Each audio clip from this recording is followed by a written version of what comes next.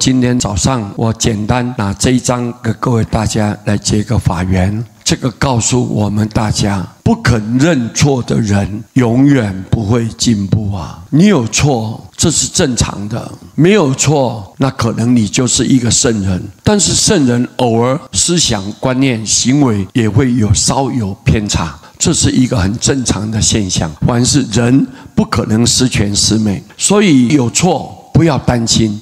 不肯认错的人，明明知道我错了，大家都认定说这样是不对的，但是我很倔强，非常的固执，我对我的错误了，我就死不承认。这种人他永远不会进步的。有错必改，就是个好人嘛。所以你一定要注意这一点，要认错。认错了以后，你的观念就会转变，观念一转变，你的行为就会端正起来。所以是很重要的。我们修行就在这个地方。不肯担当的人永远不能成就。你不敢去面对他，不敢去承担他，你没有这个勇气去负责任，都是听别人的，别人一讲我才动，自己也不会关心，不会主动，不会热情的想办法去解决问题，都是躲在后面。有什么问题，那别人的，这都是别人。这种不敢担当的人，他永远不能成就。为什么？他没有责任感呢？一个没有责任感的人，他没有办法去发挥行事的效率，你没有办法去发挥。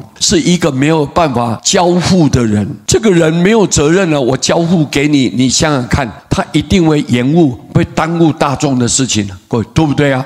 所以这个一定要注意啊。小处若能让人一步，小处小小的地方，每一个人都有小毛病，一个小缺失。我们行为不可能完全十全十美，但是小小的地方，我们要让人一步，不要斤斤计较，不要处处找麻烦，能够原谅宽恕别人。小处如果能够让人一步，你大处方能迈前一步。如果说在大的地方，因为你有这种度量，有这种修养，而且你本身的见解能够非常的卓越，那这样子的话呢，你在大的方向、大的处理方法，你就会跟别人不一样。所以这一点呢，很重要的。不一样会造成自己处理事情啊，会很大方、很大气、大的度量，有大的修养，那大家都会欣赏，从旁协助来关心你，这个事情越做就越顺利。所以小的地方，我们尽可能的，我们能够包容，